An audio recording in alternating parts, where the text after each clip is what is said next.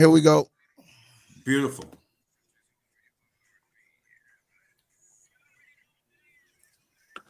Hey, good morning, good morning.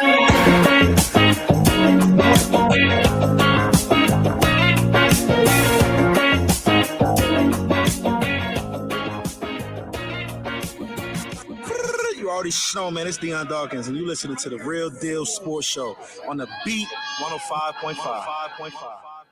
Yes, indeed. Good morning, everybody. Welcome to Real Deal Sports Show. Every Saturday morning from 8 to 9 a.m., talking sports of all sorts. We're not talking about what we heard. We're talking about what we know here on Real Deal Sports Show. Happy holiday. Happy Kwanzaa. Day 3 of the Kwanzaa celebration today at Memorial Art Gallery from noon to 3 p.m. today. Noon to 3 p.m. Come on out for Ujamaa. Come on out today for, Ujamaa. That not Ujamaa is tomorrow, but Ujima is today from noon to 4 p.m. at the Memorial Art Gallery. Come on out and have a great time. Pick up your Challenger Community News out there, your Kwanzaa edition, outstanding edition that Alnisa Barber Banks produces each week for us. And of course, we coming live from the Advantage Federal Credit Union Studios each and every Saturday morning with my co-host here, J-GILLZ. Welcome, J-GILLZ. How you doing this morning? Hey, good morning, Radman. Good morning, Real Deal family. It's a lot to get into. What a beautiful, beautiful holidays games it was. The NFL continue making money for the Beyonce Bowl out in Houston. I know we're going to get into that a little later. Oh, absolutely, man. They got 8 games this week that are standalone games. 8. How can you have 8 standalone games in 1 week when you have people paying all kinds of money for a Sunday ticket? What happened to the Sunday ticket people? What do they get some of their money back? I mean, that's just outrageous that the NFL can just gouge and rip off people. You buy the Sunday ticket in good faith, and then here you come in week 17 with 8 standalone football games? That's unheard of, J-GILLZ. What do you think of the economics there? Oh, man, the NFL is all about the cash, all about the money, all about the money. So, I'm not surprised that the NFL is doing it. I think the slate of games, it was entertaining for me. Somebody who didn't invest in that YouTube NFL package, I definitely got my money's worth. I pay for Netflix all the time, Amazon Prime. So having a game to watch, a couple games on Wednesday, a couple games on Thursday, 3 games today, and you still got Sunday night football tomorrow, I can't complain, man. I just can't complain. You can't, and that's the reason why they discontinue to take it out on people, because people don't complain. They take it and they just keep on saying, oh, well, let's keep it moving. I'm enjoying myself. That's why people are taking it like it is from the National Football League. And as we continue with the show, we're going to get our dedications out and follow back up with comments. We're dedicating today's show to the 50-year broadcasting career of Greg Gumbel, one of the greatest broadcasters of my lifetime, of our lifetime, 50 years of broadcasting sports. I remember when he started with ESPN back in 1982 with ESPN when it first came out. He was the original NBA broadcaster for the NBA games that they had back in 1982. He was the original announcer for ESPN, then went on to NBC, him and Phil Simms and the guy over there. We're going to get back to him as well. And then right after the show last week, we learned of the sudden passing of Rickey Henderson. Rickey Henderson of the Oakland A's, one of the greatest ball players of my lifetime. Again, oh my God, man, my guys, people from my era leaving here all of a sudden. Rickey Henderson, only at 65 years of age, passed of pneumonia, and he was the greatest base stealer. He stole over 130 bases in one season, and then another year, his entire career, he had over 82 leadoff home runs, to lead the game off. The first batter up, this guy hit a home run 82 times in his career, and George Springer is the closest guy to him with roughly around 45 leadoff home runs in George Springer's career, who's currently a Toronto Blue Jay. So you can see the disparity and see what kind of job Rickey Henderson was doing. He's one of the top 3 ball players of all time for sure. We're going to get back to him as well later in the show. And also, last but not least, a local Rochester hero, Ozzie Moorhead, transitioned earlier this week. And his services are later today at Memorial AME Zion Church, 549 Clarissa Street. The wake is at 10 a.m., 10 to 11 a.m., and the service starts at 11 a.m. with Pastor Blue presiding over the services. Ozzie Moorhead, great gentleman, great Rochesterian, made Rochester a much better place for us to live. And the treasurer of our scholarship committee, he did everything, including wash the dishes over at Memorial AME Zion Church. 43-year work history at Wegmans, outstanding gentleman. We're going to get back to those legends, the local legends and the other national legends coming up later in the show. But good, hats off to Algie Moorhead, 43 years at Wegmans and all the years at Memorial AME Zion Church. J-GILLZ, let's get back into last Sunday. Happened out there at Orchard Park in the freezing cold, the Bills New England Patriots game. What's your comments on that game? Man, I think Josh Allen definitely took a step back in the MVP race, Radman. When I look at the game, I thought Gerard Mayo definitely had those guys coming ready to play. I think that New England had no business having that 14-point lead against Josh Allen and the Buffalo Bills. You know, Josh, he resorted back to his old ways. You know, I think he's got 6 interceptions on the season. That was a terrible pick. I'm not sure why he even threw that ball all the way in the end zone, about a 50-yard bomber in the end zone. But ultimately, they did win the game, and I think that's what matters. Locked in the 2 seed. As we saw on Christmas Day, Patrick Mahomes and those guys look like a well-oiled machine. They're going to have home field advantage all the way through the playoffs. So when you look at the Buffalo Bills, right now you have to ask yourself, you know, they're locked in at that 2 seed. Do you play Josh Allen these next couple games, or do you just wait till wild card weekend, you know, and let those guys flow? Or do you want to get more chemistry with the teams and get more reps in? So I think that's a question for Coach McDermott moving forward. I agree on that one. I think you do play them tomorrow against the New York Jets. It's a game that really doesn't mean much to it, but I think you play them because you want to keep them loose and you want to keep them game ready. You definitely don't play them next week at New England. You definitely go with Mike White and Mitchell Trubisky next weekend. Put up the backup offensive line in there. Give this offensive line has played almost 2 full seasons without major injuries. The 2 full seasons, that's almost unheard of in the National Football League. These guys are blocking. They're doing some great job with their motion, running motion with the offensive schemes from Joe Brady. And it's really you want to keep them going. And what we're going to do now, we're going to go to an interview with Joe Brady talking about the motion in the offensive schemes. George Redney, Challenger Community News. How you doing today? Doing all right, Coach. And I wonder, what is it about the motion that seems to be working? I see a lot of teams starting to use it more, but it seems it really has been very successful with your offensive game plan for the Bills. What is it specifically about motion what does it do to a defense? Well, look, I think it's for every defense that it impacts them differently, and I think you're not just motioning to motion. There has to be an intent with why you're motioning and what you're trying to gain with it. In some plays, it might just be an ID purposes. Some games it might be, or some plays it might be for leverage, or just to create maybe a split second of indecision for a defensive player. And some games it's easier to do it at home than it is on the road. And there's a lot of things that kind of go with it. But I think as much as you're just moving and being able to communicate to the quarterback without having to communicate to the quarterback, it allows him to kind of see things, and it makes the defense sometimes have to, kind of show their hand a little bit. And it's a chess match as it goes all games, because they know we're motioning, and so sometimes they'll hold it and whatnot. But I think as long as there's intent, and the quarterback and the receivers and everybody understand what they're looking at when they're motioning and why they're motioning, we try to do a good job of explaining that, then we feel like it can be utilized to our advantage. And is that kind of what happened with Ty Johnson? It seemed like during the live game, the person the linebacker responsible for covering always seemed to look in, and by the time they turned around, Ty was already farther down the field trying to get open. And is that some of the things that you see on film in a given week against a different team?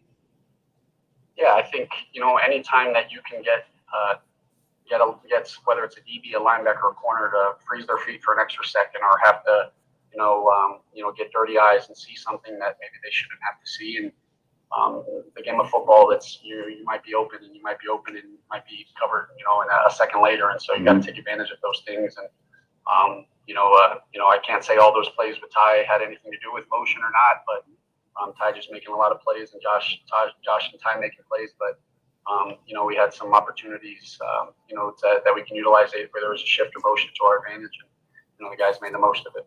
All right. Thank you very much for your time. Good luck this coming Sunday. Thank you, George. There you have it, J-GILLZ. J-GILLZ, what do you think of that? His motion schemes? Oh yeah, nah, he's definitely been on it this whole season. If you look at his motions, that's definitely been an effective route, an effective way to go all season, especially with a guy like Ty Johnson. So when I look at this, I look at Joe Brady now, and I definitely see that the success that he had. It's a much different offense than it was last year. Even last year when he took over for Ken Dorsey, what he's implemented in the game, and especially the rule change, because it's similar to the Miami Dolphins, Radman. They had to take away some of the motions. You can't have a receiver running while the ball is getting snapped or something like that. That changed it. Completely changed the Dolphins' offense up too. So when I look at what he's doing, he's definitely found his groove and he's got his pieces together. Absolutely. And with the running game, that's why I expect tomorrow against the Jets a lot more running, except for Josh Allen running with the football. Give those handoffs, get the game won. We don't need Josh Allen try to be Superman. You don't need to be in these last two games. Just run the football, dump some screen passes, get some short passes going. The Jets are having trouble stopping the run. I would run the football all day long on them. Make this a short game. Get the running game going, because Cook is having James Cook is having an outstanding season. J-GILLZ, man, he seems to break one almost every week now. Yeah, no, definitely. You ain't lying there. James Cook, he's much more explosive in this offense. Josh Allen, I feel, is definitely helping him out in that sense. His threat of running the ball, I think he's got 11 rushing touchdowns on the season. That's really opening it up for James Cook. Not to mention the quick passing game. So he's breaking through, and he's got a good help with Ray Davis. Really beating and pounding and grounding those other defensive lines, and then he's just popping one. He's doing a great job, James Cook. Yes, he is. And so is Ty Johnson and Ray Davis. All of them are complimentary. Ty Johnson down the field. Ty is making some great catches downfield. He's a guy that has a chronic shoulder situation. I would be getting ready looking to rest Ty Johnson a little bit too, and get Frank Gore Jr. in there. Give him a look. I would get Frank Gore Jr. in this game and next game just to see what he can do. He's been on the practice squad all season, and get him in some live game action. Last time we saw him was in the last preseason game, and he almost ran for 100 yards. I think he did go for over 100 yards in the last preseason game. I would get him in there, get Vandermark in there, Richard Gurridge, guys in there, give Deion Dawkins, Spencer Brown, and get this guy a week off. So really next week would come out to be like a bye week for the Buffalo Bills with their starters primarily. And you get your secondary guys in there against the New England Patriots, where the Bills go up to Foxborough next Sunday to close out the regular season. And once again, J-GILLZ, this is too many games because pretty much everything is pretty much decided upon already. Why are you playing 17 games, J-GILLZ? Well, that's not quite true. Right now, it's a lot that can happen for the Buffalo Bills when we're talking about this last couple games of the season. The Bills are locked in at the 2 seed, but a lot of things can change between now and then as to who's going to be headed up to Orchard Park playing the Buffalo Bills. Right now, as all has kept Denver, is that team. It could be the Chargers. It could be the Dolphins. It could be the Bengals. And I think those all play major factors. If I'm the Buffalo Bills, I don't want to see the Dolphins, and I don't want to see the Bengals headed into Orchard Park on Wild Card Weekend. So these last couple games definitely matter for not just the teams fighting to get in, but for the 2 seed Buffalo Bills. Because if you ask me, if the Joe Burrow sneaks into those playoffs, if I'm Josh Allen and I got to face that guy, the last 2 times the Cincinnati Bengals played in Orchard Park, they left out with W's. So I would be very nervous. So I'm watching these games. If I'm Josh Allen, I'm rooting for the Denver Broncos to get it done and lock in that 7th seed, and then just live to fight another day. Yeah, yes, indeed. That's interesting that Cincinnati and Denver play later today. So that's going to be an interesting game coming up later on this afternoon. So we're definitely going to keep an eye out on that. That's a good point you made. Since last time Cincinnati came in, both times they left a winner. So and quietly as it's kept too, man, Joe Burrow's having a MVP type season as well. Man, if they were winning, huh? I can't. He's having a heck of a season stats wise. I mean, he's going to throw for over close to 5,000 yards. Yeah. About 40 touchdowns. That's an MVP season, if you ask me. 5,000 yards, 40 touchdowns. That's an MVP season. But if you can't manage to get your team in the playoffs, that's a problem. That's a huge problem, and we can't overlook Lamar Jackson. And I don't like having a Joe Burrow conversation because Lamar Jackson is the clear-cut MVP in my eyes. So I don't like Joe Burrow getting jumped up over Lamar Jackson personally.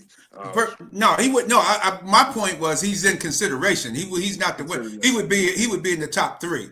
Of the when the voting comes out, when you tally the top three, I would have Lamar right now. Lamar Jackson, Josh Allen, and Joe Burrows would be my top three. That's the order I see it in going, because Lamar Jackson the other night, man, if I don't know where you've been, if you was sleeping, you had this. If you saw him against the Steelers a week ago or 6 days ago, whenever that was last Saturday, and then turn around on Wednesday and turn the place out in Houston, and then everybody thought Beyonce was going to turn the place out. Man, no, it was Lamar Jackson turned that place out. They didn't know what it looked like. He was just toying with the Houston Texans defenders. He would stop, stutter, stop, fake like he gonna hand the ball off, and next thing you know, he took off. He ran for a 40-yard touchdown run, and then he turned around and looked back to see who was coming close to him.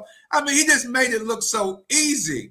And when that prime time action, Jackson said it. The man said he was jogging.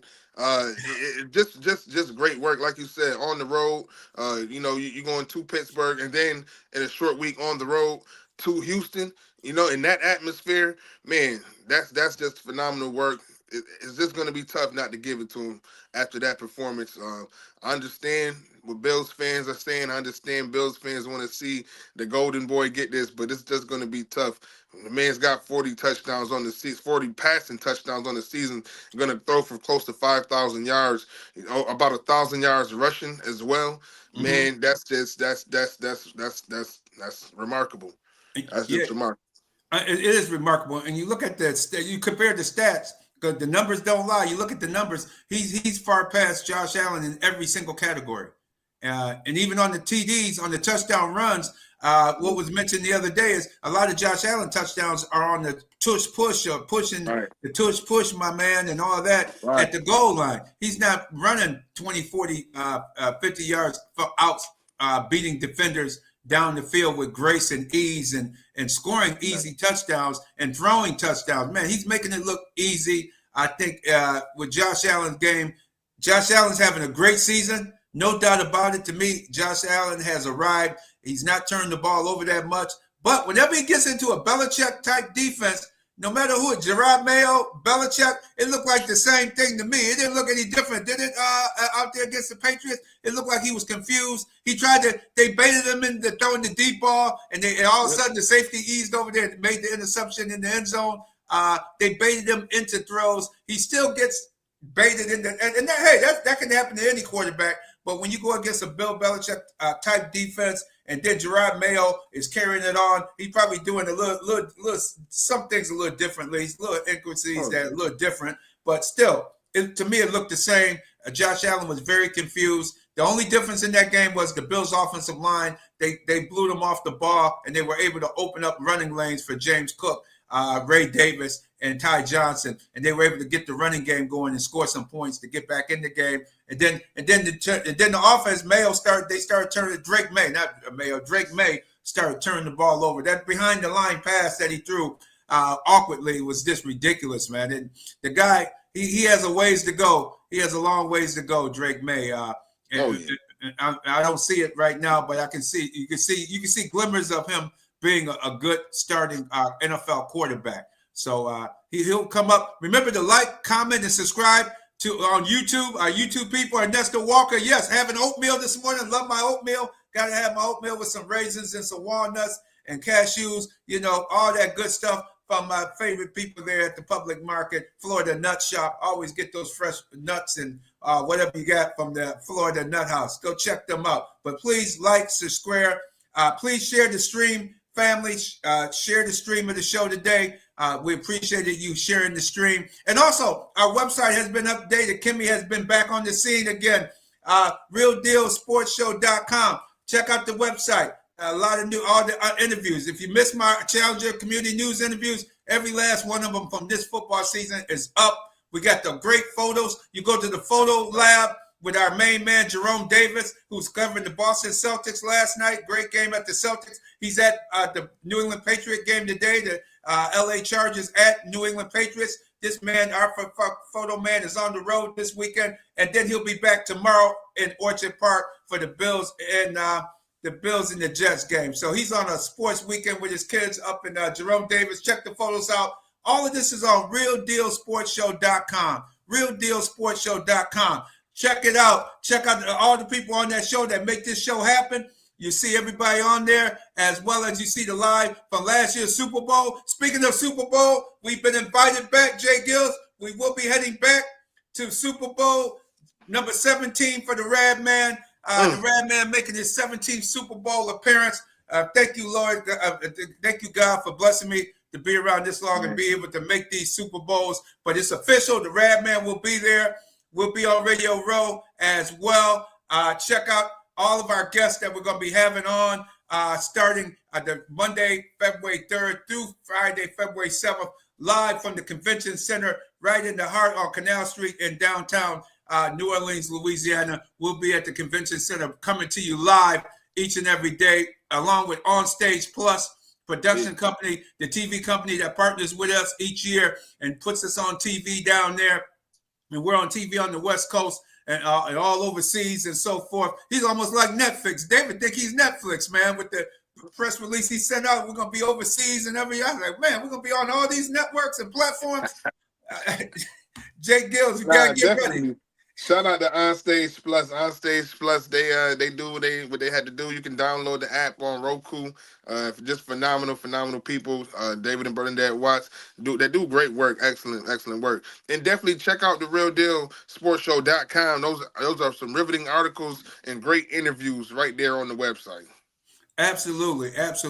We have it coming to you live and definitely each day out there in New Orleans, Louisiana. So we look forward to broadcasting to you live through that time period. If you want to advertise on the show during that time period, feel free to call the Radman 585-766-3590. Give a call. Be glad to talk to you about advertising, getting your message on a larger platform during Super Bowl week. Coming to you from New Orleans, Louisiana, Real Deal Sports Show. Go to the website, check it out. If you're interested in advertising, leave us a message on the website, RealDealSportsShow.com. Real Deal Sports Show, all one word, RealDealSportsShow.com.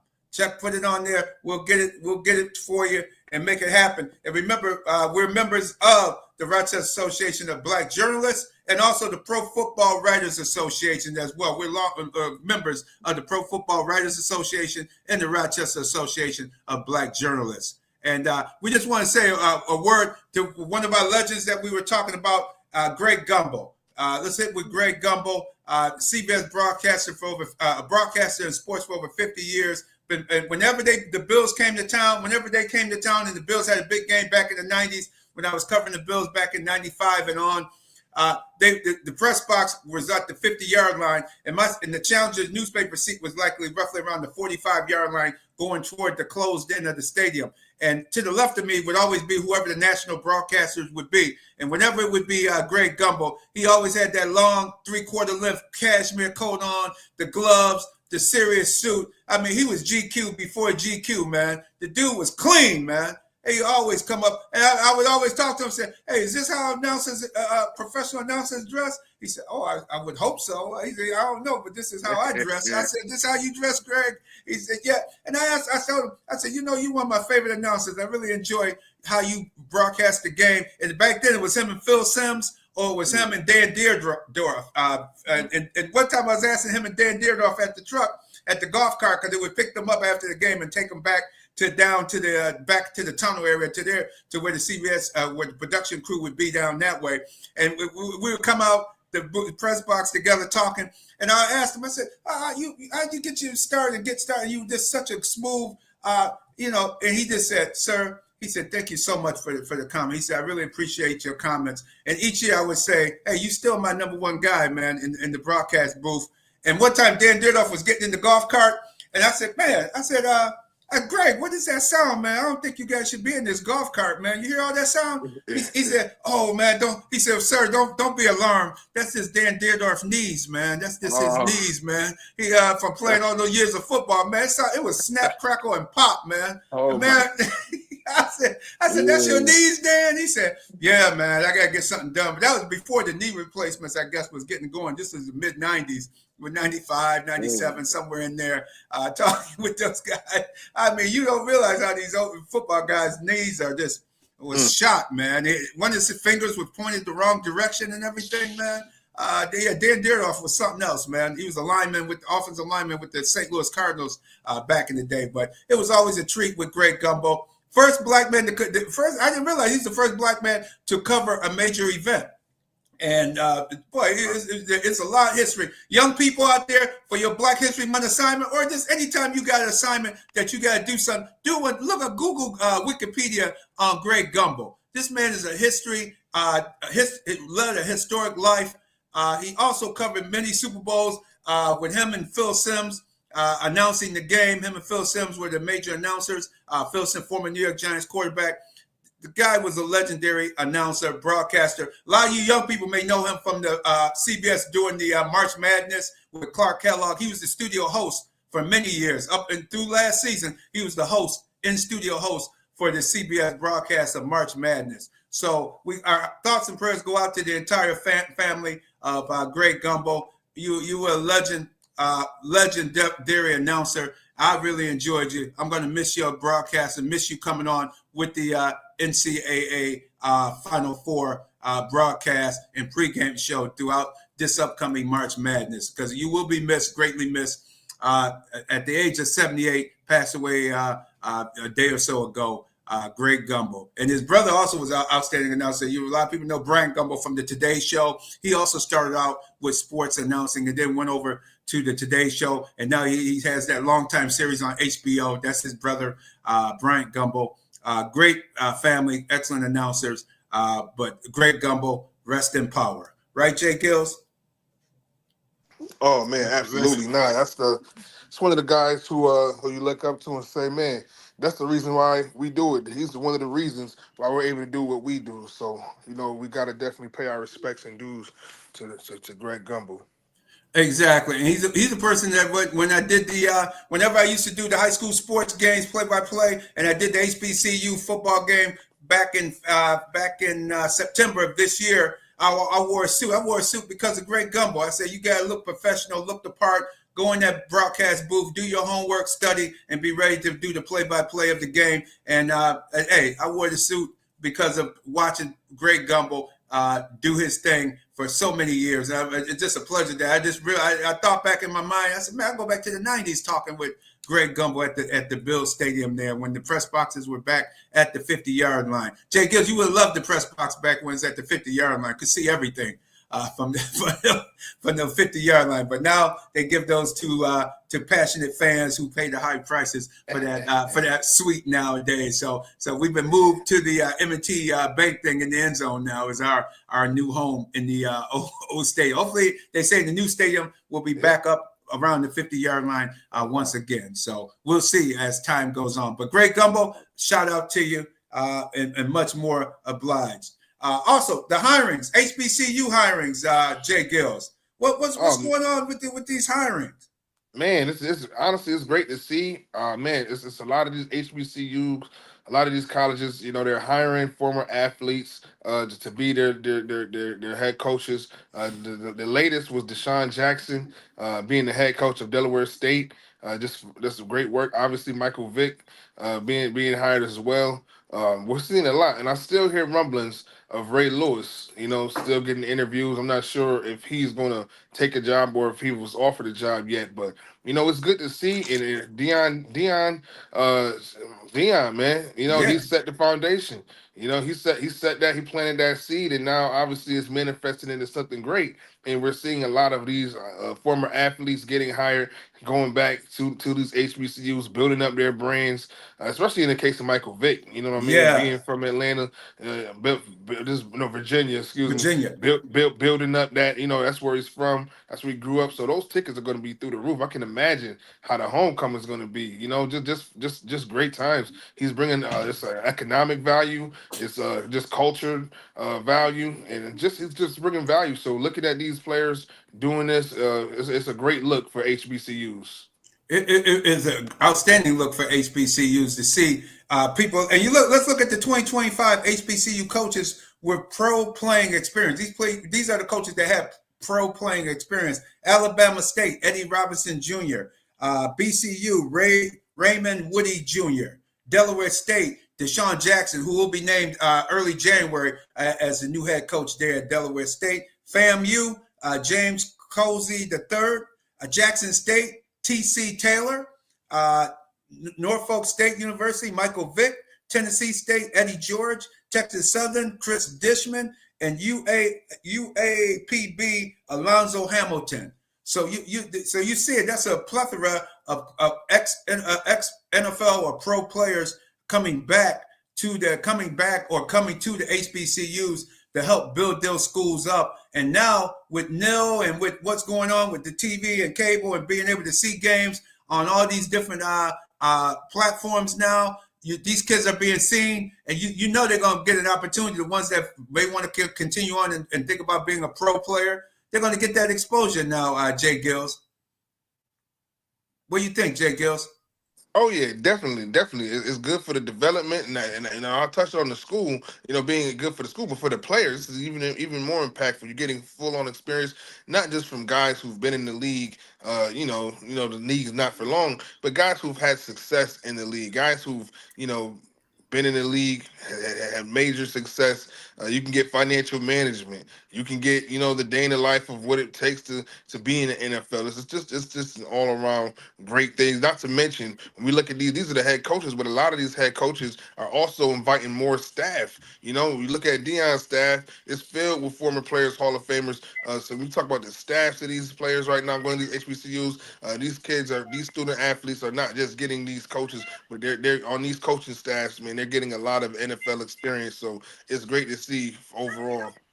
Absolutely. And I tell you what, let's go. We have a guest with us, a Norfolk State alum is joining us, Ramisi Shaka, to talk about the hiring at Norfolk State. Welcome to Real Deal Sports Show, Ramisi. How you doing this morning? I'm great, thank you. Miss Shaka in the building. Yes, indeed. And what's the vibe down there now with after the announcement of Michael Vick becoming the new head coach at Norfolk State? It's a very, very exciting time down there to welcome Mike Vick back home to the 757. When I was a college student there and getting ready to finish up school in 2001, he was just entering into the NFL draft. So he's always been someone who has been loved there. That's his hometown. And that was actually a major factor with him taking the job there at that school, is being able to come back home.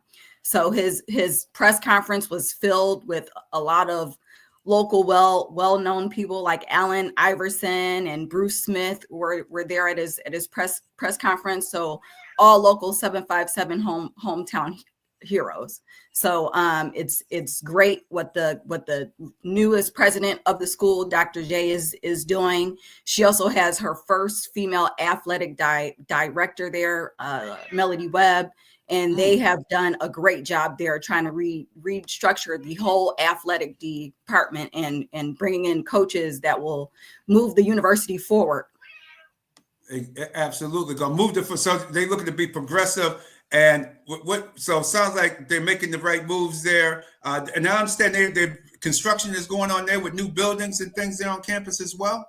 We already have like tons of new buildings. So every year when I come back to homecoming, then the campus looks brand spanking new. So there's a brand new student center now. There's new student housing.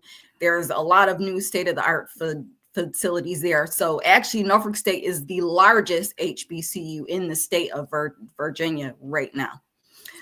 So this is huge, with Michael Vick being named the 19th football coach of the school. My uncle Joe Eccles was actually the first football coach of the University, who was hired by the grandfather of quarterback Russell Wilson, who was the president of Norfolk State University. Oh wow, you got a lot of famous history there at Norfolk State. Wow, Absolutely. And what does it mean for Deshaun Jackson now? But with all that, I just got through naming almost 10 coaches with pro football experience, and now Deshaun Jackson is going to be the latest one to join, coming from head coaching at Delaware State. What do you think that's going to mean to the HBCUs overall? I mean, I think it's excellent. So congratulations to D-Jack. He's a very good friend of mine. And knowing that both him and Vic both played on the Eagles together, and now they're coaching at 2 colleges that will play each other in the MEAC conference. That's huge.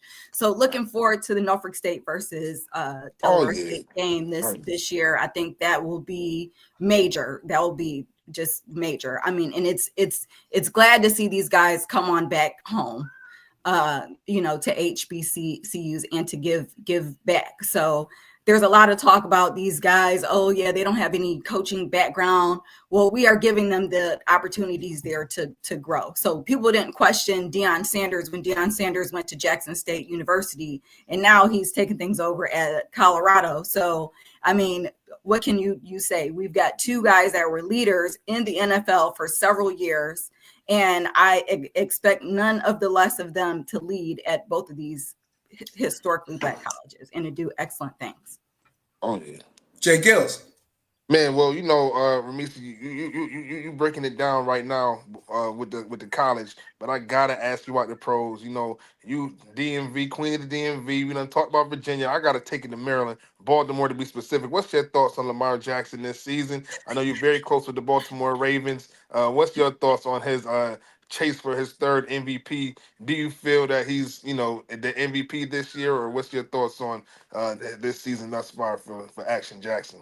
Yes, we call him here LaMarvelous, and with the Christmas game, everyone said have a Merry Christmas. So he's very loved here, and I think that he will win the 3rd MVP title. So now just look forward to the Ravens going to the playoffs, and looking forward to their next game. They just had 3 wins in a row, which is very exciting for the team. And they are doing great now. And also they're on this season of HBO's Hard Knocks. Tune in. Yes, yes, indeed. And you see that the Ravens continue to gel, look like at the right time. And with Derrick Henry, what's the feeling there in Baltimore overall about the Ravens? Are they apprehensive because they continue to lose in the playoffs, have a poor showing in the playoffs? Or what's the vibe like there for the Ravens this season? No, this is a real sports town here. So we really love the Ravens here. When they win, the city is lit up purple. There you see purple lights all throughout downtown. You see purple lights in the water fountains here. Every Friday here in business is Purple Friday. So you can wear your Ravens gear to work every single Friday here. So the enthusiasm is very, very high. So between Derrick Henry and Lamar, that they are a dynamic duo. And we have some fantastic players on the whole team that have been contributing for the whole season too. So I'm looking forward to the next game. Looking forward to see them beating the Browns next on January 5th and going to the playoffs after that. Absolutely. And what's this? We've been hearing rumors about Ray, because I know Ray Lewis, he always attends the home games there of the Ravens. We're hearing rumors that he might be up for a HBCU head coaching opportunity. I have not heard that, to be honest with you. No, I have not heard that. Oh, okay. J-GILLZ, you have any other questions? Man, that's just that's just great work. That's great work for Miss Shaka, and we excited about the Ravens as well. We can't wait to see that matchup. Hopefully in the divisional round when we get the Buffalo Bills versus the Baltimore Ravens, that is going to be the clash of the Titans that I'm just can't wait for. Yeah, because everyone is pushing Josh Allen against Lamar Jackson. But Lamar Jackson is the dominant force here. We agree with you on that one for sure. Any other inside information that you have for us this morning? Any other information that you have for us? I don't have any other information. So busy football weekend, getting ready also for the game tomorrow. So prime time, Washington Commanders versus the Falcons. So looking forward to going to that game tomorrow too. Yeah, what's your feelings about the quarterback there, Jaden? What? How do you feel with the Washington team? Like, they come a long way in just one season. Oh yeah, absolutely. So Jaden Daniels has been spectacular, coming in as a quarterback to the team. So I think that they're the three leads on that team in terms of scoring touchdowns are Brian Robinson, Jaden Daniels, and Scary Terry. So I think that they'll ball out tomorrow afternoon, and it'll be awesome. So I look forward to them beating the Falcons tomorrow. All righty. And one last question. What is it about HBCUs that make them so special that a young person would want to go to? I'm sure we have some parents and some young people listening to the show right now. What would be, for young people that may not be as familiar with HBCUs, what would be an attraction for them to come there? I mean, it's the whole culture in itself. It's the one place where as a Black person, you go and not be a minority. So everywhere else that you'll go your entire life, whether it's the workforce or anywhere else, you will be a minority. When you go to a HBCU, you are the majority population there. So it's very deep because those schools were founded when we were not allowed to go into the white schools, when they did not want us to be educated, when they didn't want us to learn how to read and write. Those schools were founded out of where we could not be. And so this is a place where we've always been welcome. We've always felt safe. And the largest population of Black doctors, veterinarians, lawyers, engineers all come from HBCUs. And I'm proud to say that I graduated from 2 of them. And it's always great to go back home. Absolutely. So you feel comfortable and so you hear that, young people, it's a place where you can feel wanted and feel ready to learn and scholars in the history of it. Thank you for giving us that history, Ramisi. We appreciate your time coming on Real Deal Sports Show. We're going to look forward to having you back on again. Any closing comments you have for us? No closing comments. Just go Spartans, and everyone watch the MEAC games coming up in this fall. So looking forward to a groundbreaking football season with Michael Vick as our head football coach at Norfolk State University. Behold the green and the gold. Oh, I know what I wanted to ask you. I'm glad this started. And you can also join clubs, and you also can join the fraternities and sororities, right? The Divine Nine and all of that, Ramisi? Yes, absolutely. How's that go? You just nice camaraderie, lifetime friends and things of that nature? Yes. All right. Thank you so much for coming on. We appreciate your time. Continue to make today your day. Ramisi Shaka, a Norfolk State alum, talking about the Michael Vick hiring there in Norfolk, Virginia. Please continue to have a great day. Take care. You too. Bye-bye. Thank you, Ms. Shaka. All right, this Real Deal Sports Show. We getting going, continuing to roll on. J-GILLZ, one thing we have to cover a quick NBA note. A lot of injuries in the NBA. Yeah, before I head out of here, Radman, the NBA right now, I was very flabbergasted when I saw that the NBA viewership was up 83% from last year on Christmas Day. I was not watching a lick of NBA at all on Christmas. NBA used to dominate Christmas with the games. To me, I started out watching who was it? The Spurs and the Knicks, and I immediately turned the channel. I didn't want to see Victor Wembanyama and Chris Paul. I went to go see Kansas City Chiefs and Patrick Mahomes go handle business in Pittsburgh. And then I went to Houston and the Ravens. Then I watched a little bit of Beyonce. And then I went to sleep. I didn't even watch the Golden State game, which I heard was a good game. But I was not watching basketball right now. I'm not sure who's watching basketball right now. basketball, the viewership has been horrendous over these last couple months. Nobody's watching the sport right now, and they need to get it together. Adam Silver needs to find something to do because Roger Goodell is owning him in every sense of the word. Wow, that's a true. Well, who are the people watching? You think there's people because it was a tradition of watching because the numbers will look good? You think it was because of each people are just used to Christmas Day being owned by the NBA that people turned over and watched some of those games? I gotta understand these numbers too, because how you got 27 people tuned in to Beyonce, but then you got 27 people tuned in to the basketball. I don't get that at all. I need to find some of these numbers. Nielsen, I need the Nielsen. They got some explaining to do.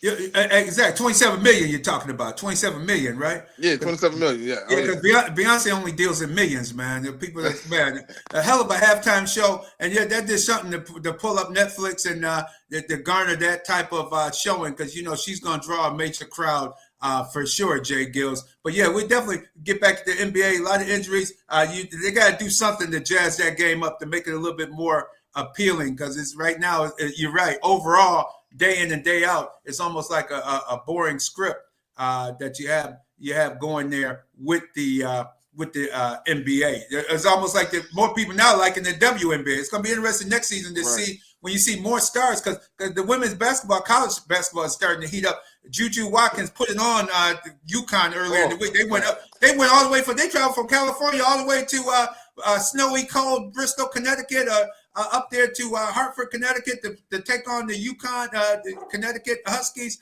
women. And man, Juju showed out, man. I was surprised. And Notre Dame beat both of them. Yeah, Notre Dame with Hidalgo and them.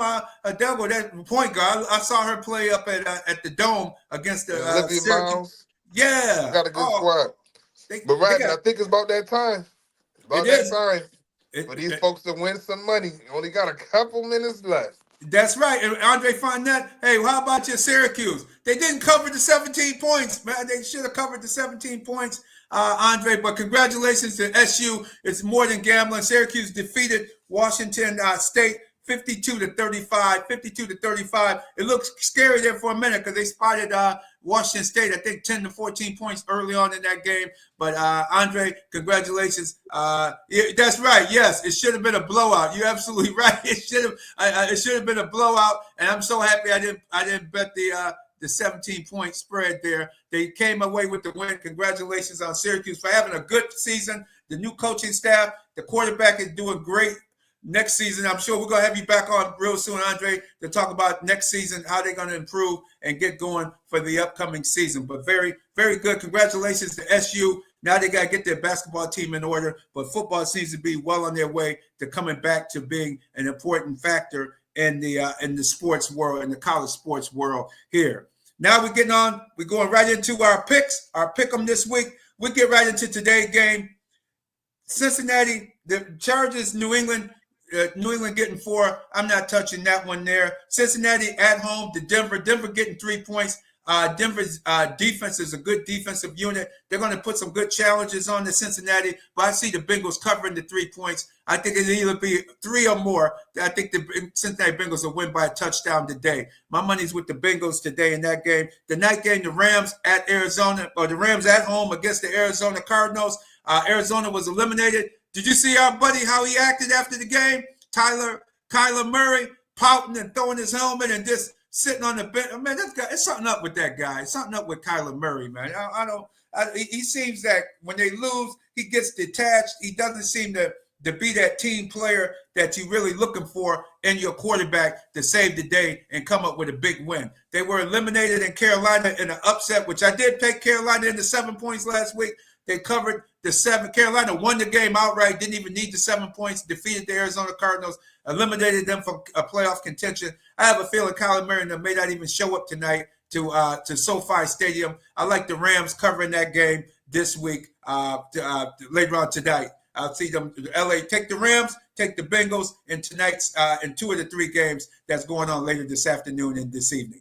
Tomorrow, my big pick of the day, Green Bay, Minnesota. That's the game of the day. Playoff, all kinds of playoff implications with that contest. I have a feeling take the points. It looks like it's going to be probably over 48. I see a 27-20, 27-24. I see a relatively high scoring game. 27-24 Packers. It's a pick'em game. Either one of these teams can pull it out. I just have a feeling the Packers are playing a little bit better right now. The Packers may win this game outright, and that will save Detroit from having to play when they play Minnesota next weekend. It won't be for the division title, because I think Detroit will handle their business and cover the 6 points when they go to San Francisco. I think that coach Dan gonna have those twos jacked up because they lost to the 49ers in controversial fashion last season. They let that game get away, that playoff game last season in San Francisco. So they returned to the scene of the crime.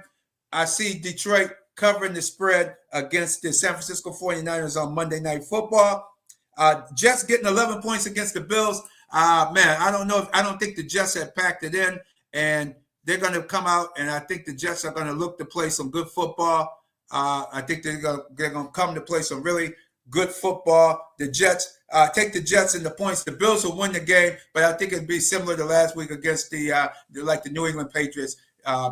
The road, in this case, that's a lot of points to give the Jets 11. I think they'll cover the spread in that one. Tampa Bay, Carolina getting 8 points. I like Carolina getting the points once again. They're playing very good football. Tampa Bay will win it. Here come BacSpin. Come on in to join me right now. Miami against Cleveland. J-GILLZ had the road. J-GILLZ, I should have got you on about your Miami Dolphins. They got to come up to cold and windy Cleveland, Ohio. I like the Cleveland Browns with the 7 points.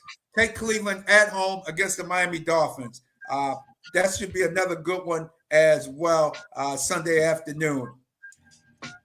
Yes, sir. BacSpin, how you doing? I'm good, Radman. How was your Christmas? Wonderful. Very good. Got to see the grandkids back from Baton Rouge, Louisiana. Had a good time down there. Nice. Last week, the Fanatic and everybody and the grandkids doing well down there in the Baton Rouge, Louisiana area. How about yourself? How things going for you? Great. Spent it with family, as I always do, which is always a blessing and a great time. So, shout out to my McWingos out there. What up, though? Yeah, it was great. My daughters, my grandson. It was a great time. Great time. Excellent. Great time of the year. Great time to be around, and great time. And once again, Ozzie Moorhead, great humanitarian here in Rochester, New York. Services start at 11 a.m. for him at Memorial AME Zion Church. And I just want to give final word on Ricky Henderson. Great, outstanding ball player. Yeah. Great all-around guy. He said he was the greatest, and the media jumped all on him because he was talking in third person, and he talked about being the great. He did a lot for the people. He reminded me of Marshawn Lynch. They never really got totally appreciated by the media, but the fans and everybody loved those guys out in the Bay Area. And he was one of the top players of all time, gone way too soon at the age of 65, Ricky Henderson. Look him up too, kids. Do a project or paper on Ricky Henderson. Look him up through Wikipedia. You got all these contraptions. Google. I even got a new laptop myself. Get on there and do some homework and get ready to keep those grades up by doing some work on some of our legends. You don't have to Black History Month to do it. You can just start working on it now. Facts. Great job, Radman. Great job. Once again, it's the Real Deal Sports Show every Saturday morning, 8 a.m. right here on the Beat 105.5. Radman, you have a great new year, my brother. See you in 2025. Exactly. And please check out RealDealSportsShow.com and like us, subscribe to us on Facebook. Stay in touch with us. Yes, indeed. Keep it where you need it, Rock City. Coming up, it's the Back in Time Mix Show right here on the Beat.